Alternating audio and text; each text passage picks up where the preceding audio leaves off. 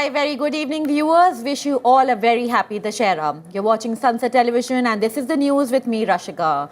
We get you today's big stories, be it national or international. But first, look at the headlines of the day. Prime Minister Modi inaugurates AIIMS Bilaspur in Himachal Pradesh. Equipped with 18 specialities, 17 super speciality departments, and 18 modular operation theatres. Union Home Minister Amit Shah rules out talks with Pakistan, says terrorism not acceptable, chairs high-level meeting to review security situation in Jammu and Kashmir. 25 people killed as bus carrying wedding guest falls into gorge in Uttarakhand. 21 passengers rescued in all-night operation in the Pauri Garhwal area. Nobel Prize in Chemistry awarded to 3 scientists for their research on molecules. And President, Vice President and Prime Minister greet people on Vijay Dashmi.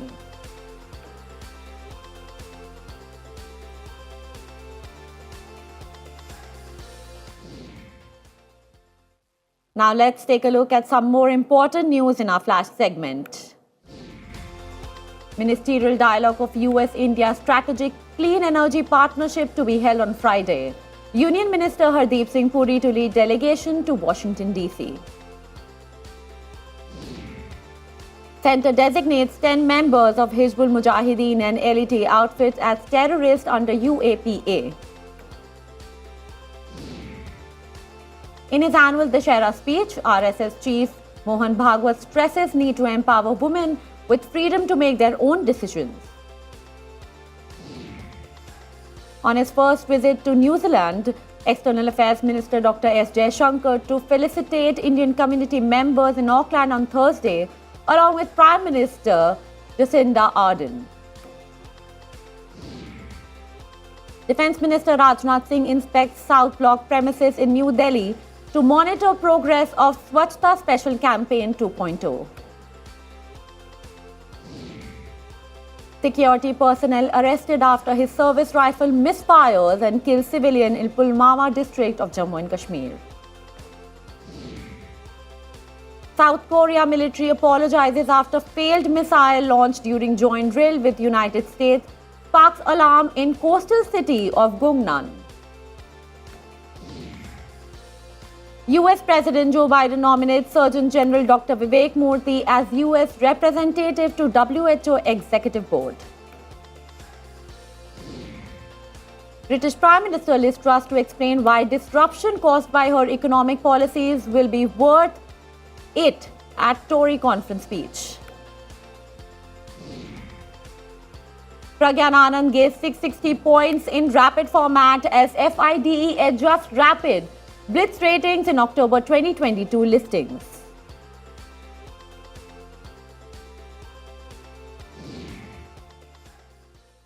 And now more news in detail. The festival of Vijay Dashmi or Dashera is being celebrated across the country today.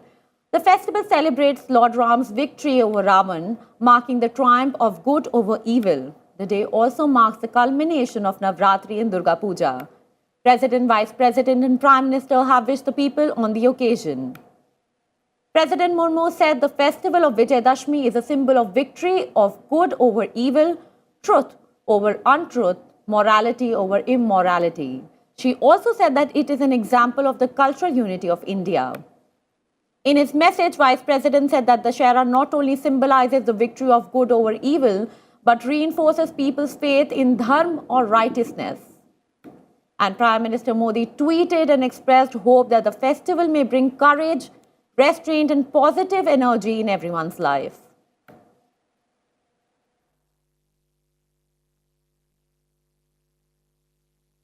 Prime Minister Narendra Modi participated in the iconic Dashera celebration in Kullu's Dhalpur ground in Himachal Pradesh today. A huge crowd had gathered at the occasion to welcome the Prime Minister.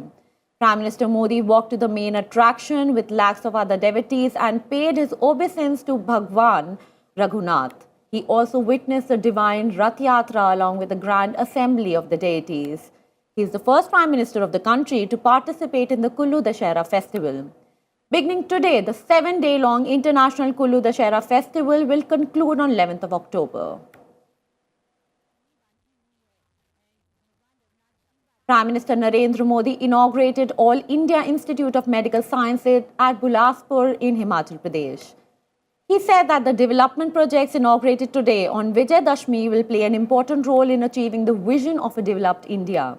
He added that today, Bilaspur has got the double gift of education and medical facilities.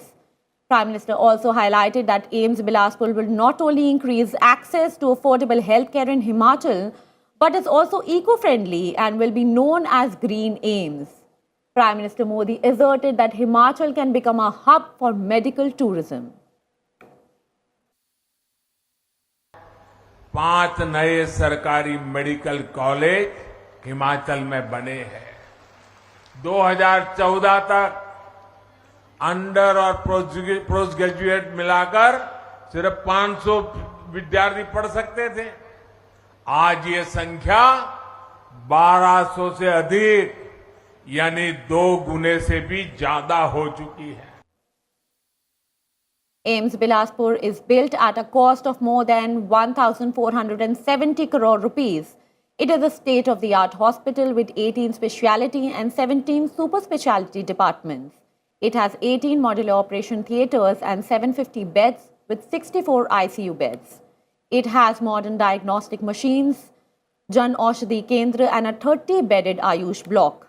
The foundation stone of AIIMS Bilaspur was laid by Prime Minister Modi in October 2017. Prime Minister Modi also inaugurated the Hydro Engineering College at Bandla. He also laid foundation stones of the Nalagarh Medical Device Park and the 4-laning project of the Pinjore-Nalagarh Highway NH105.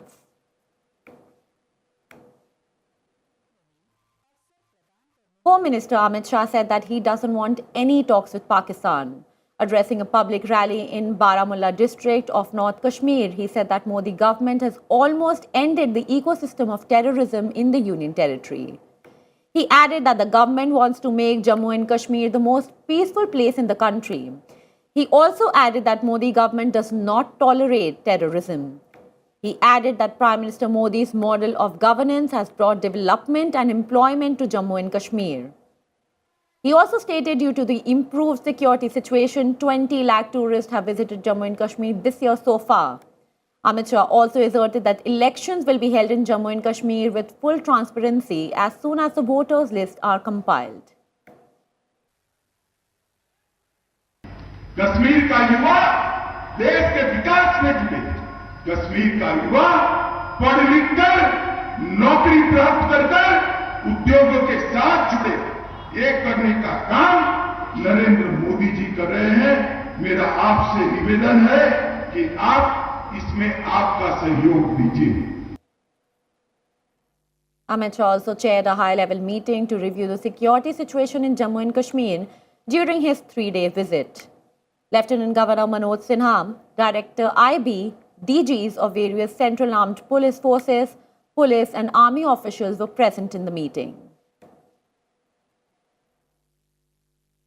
14 members of a mountaineering team which had gone missing after being hit by avalanche in Uttarkashi district yesterday have been rescued today.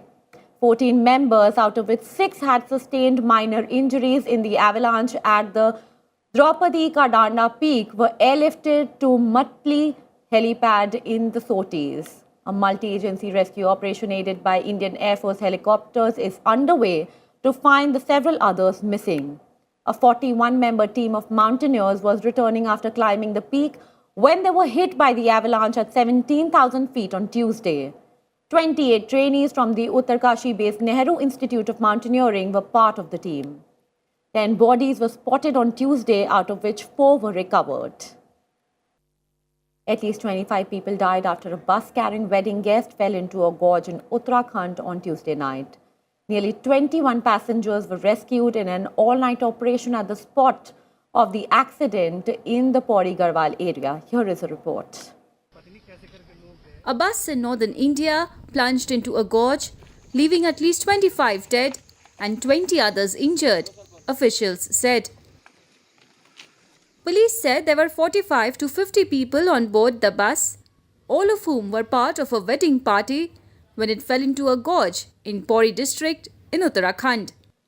State police and the disaster response force worked alongside locals to rescue 21 people on Tuesday night at the site of the crash. Prime Minister Narendra Modi said all possible assistance will be given to those affected and that rescue operations are still underway. This is the second major accident in less than a week. At least 26 people were killed in another accident after a tractor overturned and fell into a water body in Kanpur city in Uttar Pradesh on Saturday. Bureau Report, Sansad TV. Defence Minister Rajnath Singh has stressed that India believes that the whole world is one family, but it gives a befitting response if any outsider casts an evil eye. He said this while performing Shastra Puja with jawans of armed forces and ITBP at Oli military station in Chamoli district of Uttarakhand on the occasion of Vijay Dashmi. He said that the whole world has acknowledged India's growing stature and India has emerged as one of the key decision makers on all issues of international importance. The minister reaffirmed that the entire nation has pride and faith in the capabilities of the Jawans and their contribution towards safeguarding the country. Army Chief General Manoj Pandey was also present on the occasion. अंतर्राष्ट्रीय मंचों पर कुछ बोलता था तो दुनिया बहुत गंभीरतापूर्वक भारत की बातों को नहीं सुनती थी। भारत तो कमजोर भारत, क्या है इसकी हैसियत? लेकिन आज हमारा भारत अंतर्राष्ट्रीय मंचों पर कुछ बोलता है तो सारी दुनिया कान खोलकर सुनती है कि भारत बोल क्या रहा है। यह भारत की हैसियत बनी है। And now a look at some other key developments from across the nation. The government plans to auction 22 mineral blocks in Maharashtra, Uttar Pradesh and Goa in November and December. They include 6 iron ore blocks, 3 each of limestone and gold, 2 blocks of bauxite, 1 each of copper, phosphorite and glauconite. Female infant mortality rate has declined in India. Women and Child Development Minister Smriti Irani said efforts made towards Beti Bachao, Beti Padhao through an integrated approach is breaking the gender bias and resulting in improved numbers across all parameters. Prime Minister Modi today praised the collective commitment of 130 crore Indians to strengthen Nari Shakti in India. An Indian Army cheetah chopper crashed in Arunachal Pradesh, killing a pilot and injuring another. The chopper crashed in a forward area near Tawang at around 10 a.m. The cheetah helicopter was on a regular sortie with 2 pilots. Both were evacuated to the nearest military hospital. Lieutenant Colonel Saurabh Yadav, who was critically injured, died. TRS Supremo and Telangana Chief Minister K. Chandrasekhar Rao today launched the Bharat Rashtra Samiti in the first step towards becoming a national party. The move comes after the party's state executive members and other elected representatives passed a resolution to merge TRS in the new party.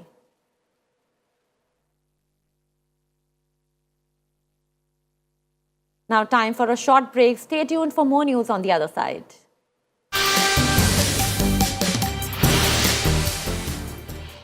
The glorious journey of India's 75 years of independence, protection of rights, ensuring equality, to empower, to deliver justice.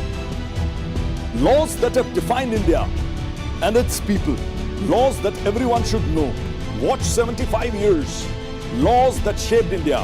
With me, Hemant Batra, only on Sansad TV.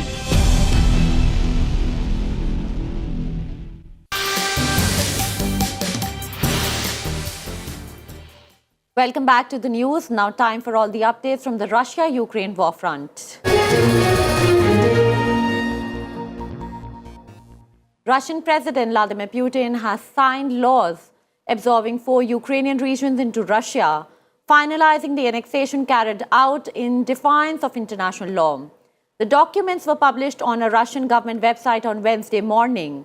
Earlier this week, both houses of the Russian parliament ratified treaties making the Donetsk, Luhansk, Kherson and Zaporizhia regions part of Russia. Russia is facing mounting setbacks on the battlefield, with Ukrainian forces retaking more and more land in the east and in the south. A video released on Tuesday shows Ukrainian forces raising the Ukrainian flag on a building in a village in the Kherson region. Ukrainian forces also retook villages in an advance along the strategic Dnipro River on Monday. In the east, Ukrainian forces have been expanding after capturing the main Russian bastion of Liman in Donetsk. Pentagon has said that they have no information to corroborate reports suggesting Russia might be moving tactical nuclear weapons by rail. Deputy Assistant Secretary of Defense focusing on Russia and Ukraine, Laura Cooper, said on Tuesday that the Pentagon is closely monitoring Russia's nuclear forces, and at this point it seems nothing more than rhetoric. Ukrainian president has proposed the creation of a special tribunal on crimes against Ukraine. He said this during an address to participants of the War and Law Forum in Paris on Tuesday. Zelensky stated that the tribunal is needed to punish those who unfortunately cannot be reached by the International Criminal Court and all other available judicial institutions of the world. Zelensky also said that Ukraine is urging everyone who values international law to support a UN General Assembly resolution to make Russia pay for the destruction it has caused during the war. And now news from some other parts of the globe.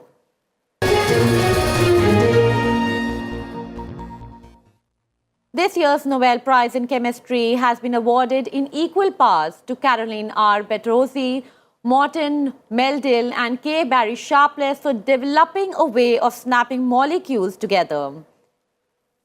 Hans Ellegren, Secretary General of the Royal Swedish Academy of Sciences, announced the winners. The three scientists were cited for their work that is known as click chemistry and bioorthogonal reactions. It has many applications for making cancer drugs, mapping DNA, and making materials tailored for a specific purpose. Bertozzi is from Stanford University in California. American Professor Sharpless works in Scripps Research. Meldill is a professor at the University of Copenhagen. Sharpless previously won the Nobel Prize in 2001, and he is the fifth person to receive the award twice. Elon Musk's on-again, off-again purchase of Twitter took a turn toward conclusion on Tuesday after he proposed to buy the company at the originally agreed-on price of $44 billion. The Tesla CEO made the surprising turnaround not on Twitter, as he has done in the past, but in a letter to Twitter that the company disclosed in a filing with the US Securities and Exchange Commission. Take a look. Billionaire Elon Musk is proposing to go ahead with his original offer of $54.2 per share to make Twitter private, sending shares of the social media firm surging. The agreement puts the world's richest person in charge of one of the most influential social media platforms and ends months of turbulent litigation that damaged Twitter's brand and fed Musk's reputation for erratic behavior. Musk, the chief executive of electric car maker Tesla, will take over a company he originally committed to buying in April, but the deal soon soured. Twitter shares jumped 12.7% to $47.93 before trading was halted for the second time, while Tesla shares rose by 1.5%. Bloomberg reported the move earlier, saying Musk made the proposal to Twitter in a letter. It cited people who asked not to be identified, discussing confidential information. Twitter and Musk's lawyers were not immediately available for requests for comment. The news comes ahead of a highly anticipated face-off between Musk and Twitter in Delaware's Court of Chancery on the 17th of October, in which the social media company was set to seek an order directing Musk to close the deal at $54.2 per share. Bureau Report, Sansad TV. Leaders from more than 40 countries will gather Thursday and Friday this week in Prague, Czech Republic, to launch a European political community. It is aimed at boosting security and economic prosperity across the continent. However, critics claim that the new forum is an attempt to put the brakes on European Union enlargement. French President Emmanuel Macron initiated the European Political Community meeting in the Czech capital Prague. Backed by German Chancellor Olaf Scholz, it comes as political pressure has been building to allow Ukraine to join the EU, as the country's conflict with Russia enters its 8th month. But even with the outpouring of support for Ukraine in the form of weapons for its soldiers or shelter for people fleeing, Macron has argued that the process for accession would take several years. His plan, which would involve 44 countries, including the 27 EU members, aspiring partners in the Balkans and Eastern Europe, as well as neighbors like Britain and Turkey, mirrors a proposal by former President François Mitterrand to unite Europe after the fall of the Berlin Wall. The inaugural European Political Community Summit at Prague Castle will begin with an opening ceremony, followed by a series of meetings where leaders will discuss the key challenges Europe faces: security, energy, climate, the dire economic situation, and migration. No EU money or programs are on offer, and no formal declaration will be issued after the meeting. The aim, should this summit go well, would be for leaders to gather once or twice a year. Several Balkans countries have been waiting around 2 decades to join, Turkey even longer, and progress has been held up by vetoes from single EU member countries, most recently Greece and then Bulgaria, in the cases for hopefuls, Albania and North Macedonia. Bureau Report, Sunset TV. Let's take you through the other short global news stories. Taiwan's defense minister on Wednesday said the island will respond to incursions into its airspace by Chinese warplanes and drones, but gave no details on specific actions. He said China's newly aggressive stance had changed what Taiwan would define as a first strike that would necessitate a response. Thai authorities on Wednesday warned of possible serious floods in Bangkok and central areas ahead of expected heavy seasonal rainfall through the rest of the week. The situation is worsened by a large volume of water moving down from flooding in the north of the country and from discharges from brimful dams.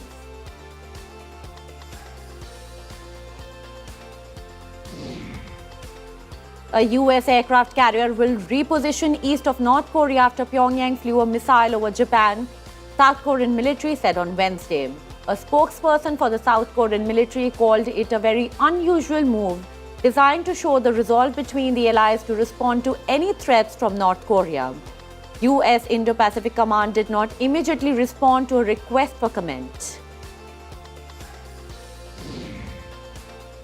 A famine could be declared in Somalia within weeks, affecting hundreds of thousands of people in 2 of the country's worst drought-affected areas. Such a declaration is rare. The drought is the worst anyone can remember. Thousands of people have died, including nearly 900 children under 5 being treated for malnutrition, according to the UN data. Bulgaria's former Prime Minister Boyko Borisov said on Tuesday his centre-right GERB party would seek talks with political rivals to try to form a government after an election win that offered no clear path to a coalition. GERB won the October 2nd election with 25.3% of the vote, but it faces a hung parliament, raising the risk of another snap poll as the Black Sea country seeks to contain the impact of Europe's energy crisis and surging inflation amid war in Ukraine.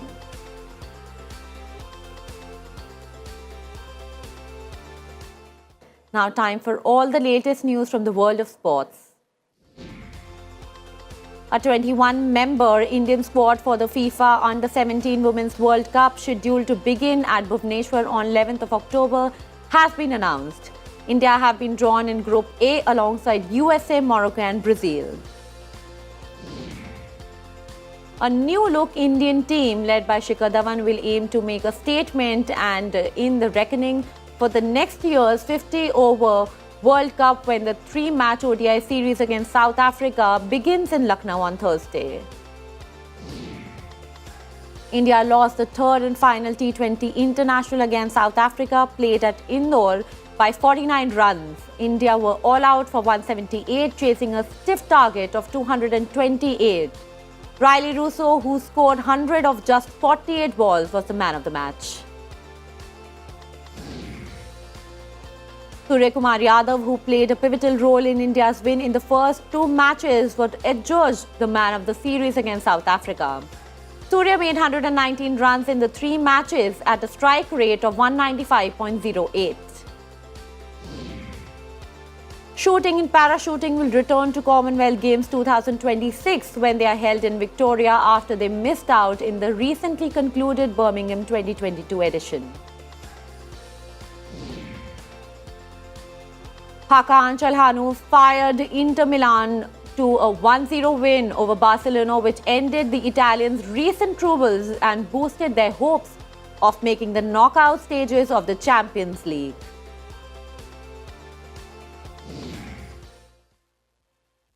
That's all for the day in the bulletin. Stay tuned to Sunset Television for all updates. Good night.